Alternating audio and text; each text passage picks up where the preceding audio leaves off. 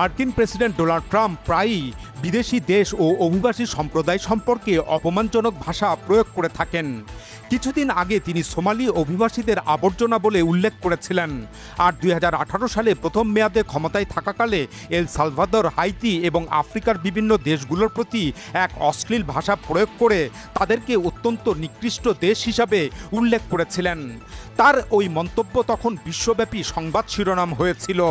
আর এবার গত 23 April president Donald Trump পুরো ভারতবাসীকে ভীষণ অপমান করলেন। তবে তিনি নিজ মুখে সরাসরি মন্তব্য না করে তার সামাজিক যোগাযোগ মাধ্যম ট্রুথ সোশ্যালে অন্য একজনের বিরূপ মন্তব্য শেয়ার করে এই অপমান করেছেন। বিরূপ মন্তব্যকারী সেই মূল ব্যক্তিটি হলেন মার্কিন নাগরিক মাইকেল স্যাভেজ। তিনি একজন রাজনৈতিক ভাষ্যকার এবং একজন কট্টর ডানপন্থী মার্কিন জাতীয়তাবাদী রাজনীতির সমর্থক। তিনি তার এক পডকাস্ট অনুষ্ঠানের আলোচনায় যুক্তরাষ্ট্রে জন্মসূত্রে নাগরিকত্ব বাতিলের প্রচেষ্টাকে সমর্থন করে উগ্রপন্থী বক্তব্য রাখেন। সেই আলোচনায় তিনি ভারতকে হেলহোল অর্থাৎ নোংরা বস্তির দেশ বলেন। আর তার এই বিরূপ মন্তব্যটাই ডোনাল্ড ট্রাম্প নিজের ট্রুথ সোশ্যালের পোস্টে শেয়ার করেন। ডোনাল্ড ট্রাম্প মাইকেল স্যাভেজের বক্তব্যের পুরো ভিডিও ক্লিপ এবং পুরো কথার প্রতিলিপিও শেয়ার করেন। আসলে মাইকেল স্যাভেজের এই মন্তব্যের সঙ্গে ডোনাল্ড ট্রাম্পের রাজনৈতিক দৃষ্টিভঙ্গির মিল রয়েছে। আর এ কারণে ডোনাল্ড ট্রাম্প মাইকেল স্যাভেজের মন্তব্যগুলো শেয়ার করেছেন। বস্তুত ডোনাল্ড ট্রাম্প যুক্তরাষ্ট্রের অভ্যন্তরে জন্মসূত্রে মার্কিন নাগরিকত্ব লাভের বিষয়ে এক প্রচণ্ড বিতর্ক ও বিভেদ সৃষ্টি করেছেন। এটা নিয়ে এখন যুক্তরাষ্ট্র জুড়ে ভীষণ হইচই হচ্ছে। এই বিতর্কের প্রেক্ষাপট হলো যুক্তরাষ্ট্রের সংবিধানের 14তম সংশোধনী অনুযায়ী কোনো শিশুর জন্ম যুক্তরাষ্ট্রে হলেই সে মার্কিন নাগরিকত্ব লাভ করবে। সেই শিশুর মা কিংবা বাবা যদি যুক্তরাষ্ট্রের নাগরিক কিংবা গ্রিন কার্ডধারী নাও হন, তারপরেও জন্মগ্রহণকারী ওই শিশু মার্কিন নাগরিকত্ব লাভ করবে। এবং তার মা কিংবা বাবা অবৈধভাবে কিংবা অস্থায়ীভাবে যুক্তরাষ্ট্রে বসবাস অথবা অস্থায়ী ভিজিটর হিসাবে অবস্থান করলেও তাদের ঔরসে জন্মগ্রহণকারী ওই শিশু মার্কিন নাগরিকত্ব লাভ করবে। প্রেসিডেন্ট ডোনাল্ড ট্রাম্প জন্মসূত্রে যুক্তরাষ্ট্রের নাগরিকত্ব লাভের এই অধিকারের আইন 14তম সংশোধনী বাতিল কিংবা সীমিত করতে চাচ্ছেন। এ নিয়েই যুক্তরাষ্ট্রে দীর্ঘদিন ধরে আইনি ও রাজনৈতিক লড়াই চলছে এবং যুক্তরাষ্ট্রের সমাজ বিভক্ত হয়ে পড়েছে। 2025 সালের 20 জানুয়ারি দ্বিতীয় মেয়াদে ক্ষমতা গ্রহণের প্রথম দিনেই ডোনাল্ড ট্রাম্প এ সংক্রান্ত একটি নির্বাহী আদেশে স্বাক্ষর করেন। তিনি ফেডারেল সংস্থাগুলোকে নির্দেশ দেন নির্দিষ্ট কিছু ক্ষেত্রে নাগরিকত্ব স্বীকৃতি না দিতে। তবে যুক্তরাষ্ট্রের 22টি অঙ্গরাজ্য এই আদেশের বিরুদ্ধে আদালতে চ্যালেঞ্জ করে। অতঃপর একটি মার্কিন নিম্ন আদালত ট্রাম্পের সেই আদেশটি সাময়িকভাবে স্থগিত করে। আদালত ট্রাম্পের আদেশকে স্পষ্টতই অসাংবিধানিক বলে আখ্যায়িত করে। বিষয়টি এখন মার্কিন সুপ্রিম কোর্টে বিচারাধীন রয়েছে। এভাবে আদালতে বিষয়টি ঝুলে যাওয়ায় মাইকেল স্যাভেজ যেমন বিচার বিভাগের সমালোচনা করে বক্তব্য রাখছেন, তেমনি ডোনাল্ড ট্রাম্পও মার্কিন বিচার বিভাগের ওপর ক্ষিপ্ত হয়েছেন। ডোনাল্ড ট্রাম্প এপ্রিল মাসে এ সংক্রান্ত মামলার শুনানিতে পর্যবেক্ষক হিসাবে আদালতে উপস্থিত হন। একজন দায়িত্বরত মার্কিন প্রেসিডেন্টের এ ধরনের শুনানিতে উপস্থিত হওয়াটা প্রথম ঘটনা। সেদিন ডোনাল্ড ট্রাম্প সামাজিক মাধ্যমে লেখেন, আমরাই বিশ্বের একমাত্র দেশ যারা এতটা বোকা যে জন্মসূত্রে নাগরিকত্ব অনুমোদন করে থাকি। যাই হোক, ডোনাল্ড ট্রাম্প মাইকেল স্যাভেজের যে ভিডিও ক্লিপ ও এর প্রতিলিপি শেয়ার করেছেন, সেখানে মাইকেল স্যাভেজ বলেন, মার্কিন যুক্তরাষ্ট্রে কোনো শিশু জন্ম নিলেই সে সঙ্গে সঙ্গে নাগরিক হয়ে যায়। তারপর তারা পুরো পরিবারকে চীন বা ভারত কিংবা পৃথিবীর অন্য কোনো নোংরা বস্তির দেশ থেকে নিয়ে আসে। এটা দেখতে খুব বেশি দূরে যেতে হয় না। যুক্তরাষ্ট্রে এখন আর ইংরেজি ভাষা শোনা যায় না। স্যাভেজ বলেন, আমি একসময় ভারতে ভারতীয়দের বড় সমর্থক ছিলাম, কিন্তু এখানে কি হচ্ছে তা দেখার পর আমার দৃষ্টিভঙ্গি বদলে গেছে। এখন ক্যালিফোর্নিয়া অঙ্গরাজ্যে শ্বেতাঙ্গ পুরুষদের চাকরির জন্য আবেদন করার সুযোগ নেই। আপনাদের সুযোগ শূন্য। এখন ক্যালিফোর্নিয়া অঙ্গরাজ্যে শ্বেতাঙ্গ পুরুষদের চাকরির জন্য আবেদন করার সুযোগ নেই। আপনাদের সুযোগ শূন্য। উচ্চ প্রযুক্তি খাতের কথা তো বাদই দিলাম। আপনার যোগ্যতা যাই হোক না কেন, ক্যালিফোর্নিয়ার হাইটেক খাতে আপনি চাকরি পাবেন না। তিনি আরও বলেন, আজকের অভিবাসী শ্রেণীর মধ্যে যুক্তরাষ্ট্রের প্রতি আনুগত্য প্রায় নেই বললেই চলে। আগে এমনটা সবসময় ছিল না। এসব অভিবাসীরা আজকের ইউরোপীয় বংশোদ্ভূত আমেরিকানদের মতো নয়, কিংবা তাদের পূর্বপুরুষদের মতোও নয়। অভিবাসীরা এই দেশের যত ক্ষতি করেছে তা সব মাফিয়া পরিবারের সম্মিলিত ক্ষতির চেয়েও বেশি। আমার নির্লজ্জ মতামত অনুযায়ী তারা ল্যাপটপ হাতে গ্যাংস্টার। তারা আমাদের সর্বস্ব লুটে নিয়েছে। তারা আমাদের দ্বিতীয় শ্রেণীর নাগরিকের মতো ব্যবহার করেছে। তারা বিকৃত বিশ্বকে জয়ী হতে দিয়েছে। তারা আমাদের পতাকাকে পদদলিত করেছে।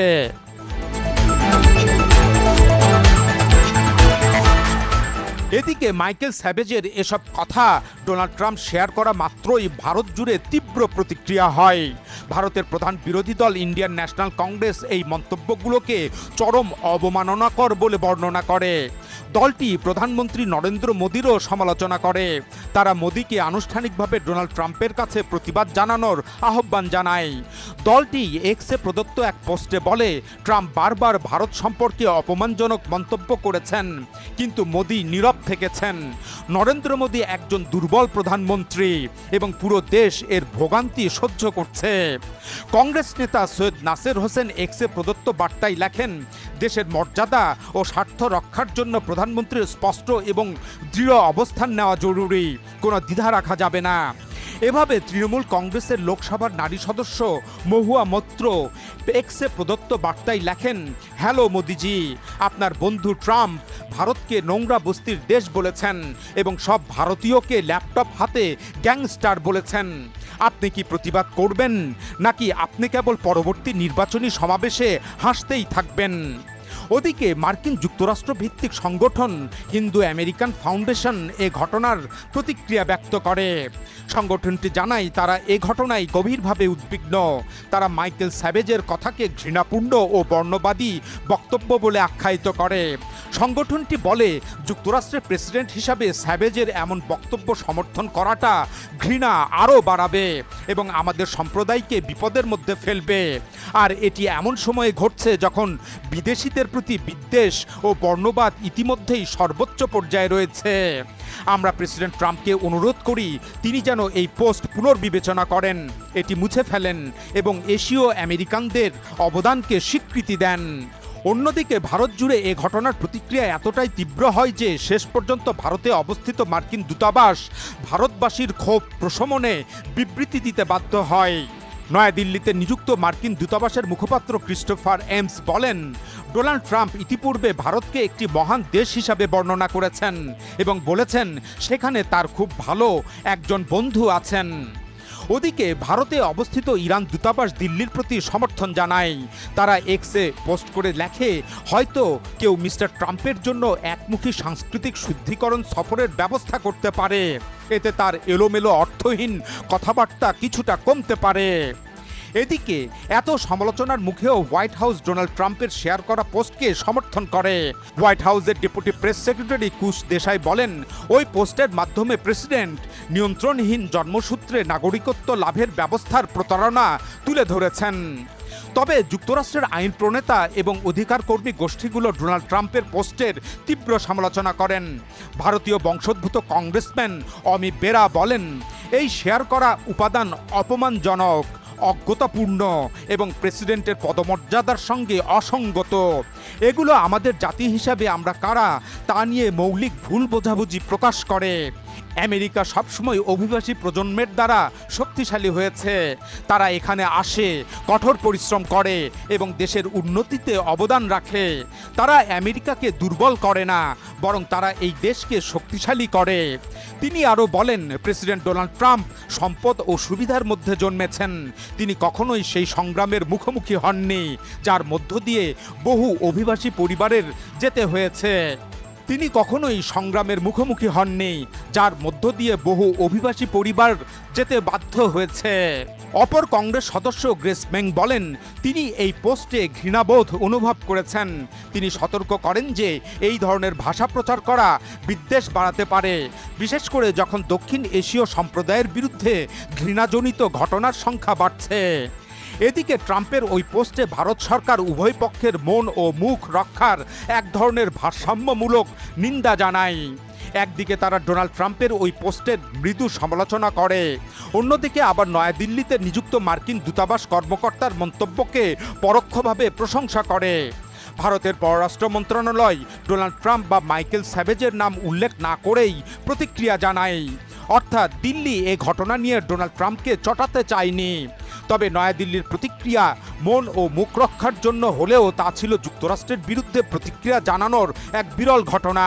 কেননা নরেন্দ্র মোদীর সরকার সাধারণত যুক্তরাষ্ট্রের বিরুদ্ধে প্রতিক্রিয়া জানায় না।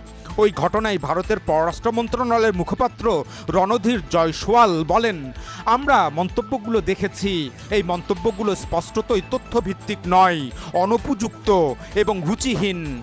রণধীর জয়সওয়াল আরও বলেন, এই মন্তব্যগুলো অবশ্যই ভারত যুক্তরাষ্ট্র সম্পর্কের বাস্তবতাকে প্রতিফলিত করে না। এই সম্পর্ক দীর্ঘদিন ধরে পারস্পরিক সম্মান এবং অভিন্ন স্বার্থের ভিত্তিতে গড়ে উঠেছে। জয়সওয়াল নয়াদিল্লিতে অবস্থিত মার্কিন দূতাবাসের মুখপাত্র ক্রিস্টোফার এমসের প্রশংসাসূচক মন্তব্যের দিকে ইঙ্গিত করে বলেন, আমরা যুক্তরাষ্ট্র দূতাবাসের পরবর্তী বিবৃতিটিও দেখেছি। এভাবে জয়সওয়াল উভয় কূল রক্ষা করেন।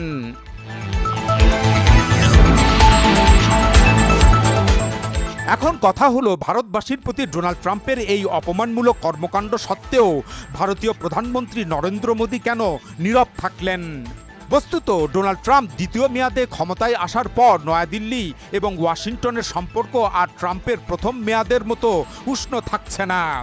ভারত যুক্তরাষ্ট্র সম্পর্ক এখন যথেষ্ট শীতল হয়েছে। এর কারণ, ক্ষমতায় ফিরে আসার পরপরই ট্রাম্প প্রশাসন অবৈধ অভিবাসনের বিরুদ্ধে কঠোর অবস্থান নেয়। ডোনাল্ড ট্রাম্প প্রায়ই এমন মন্তব্য করেন যে অভিবাসীরা আমেরিকানদের কাছ থেকে চাকরি ছিনিয়ে নিচ্ছে। তিনি H-1B ভিসা প্রোগ্রামের ওপর কঠোর বিধিনিষেধ আরোপ করেন। এই কর্মসূচির মাধ্যমে দক্ষ বিদেশি কর্মীরা যুক্তরাষ্ট্রে কাজ করার সুযোগ পায়। এই কর্মসূচিতে ভারতীয়দের আধিপত্য আছে, তাই ট্রাম্পের কঠোর বিধিনিষেধে তারাই সবচেয়ে বেশি বিপদে পড়েন। এছাড়া 2025 সালের ফেব্রুয়ারি মাস থেকে অবৈধভাবে যুক্তরাষ্ট্রে প্রবেশ করা অনেক ভারতীয় নাগরিকদেরকে ডোনাল্ড ট্রাম্প সামরিক বিমানে করে অমানবিকভাবে দেশে ফেরত পাঠানো শুরু করেন, যাদের অনেকেই অভিযোগ করেন যে বিমানে তাদের হাত পা বেঁধে রাখা হয়েছিল। উল্লেখ্য যে ভারত সরকারের তথ্য অনুযায়ী প্রায় 55 লাখ ভারতীয় বংশোদ্ভূত মানুষ যুক্তরাষ্ট্রে বসবাস করেন।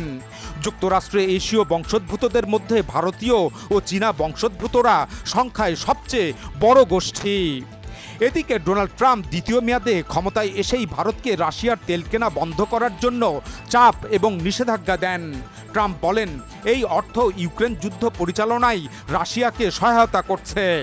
তবে ইরান যুদ্ধ থেকে সৃষ্ট বিশ্ব জ্বালানি সংকট কমাতে গত মার্চ মাসে যুক্তরাষ্ট্র সাময়িকভাবে নিষেধাজ্ঞা শিথিল করে এবং ভারতকে সমুদ্রে আটকে থাকা রাশিয়ার তেল কেনার অনুমতি দেয়।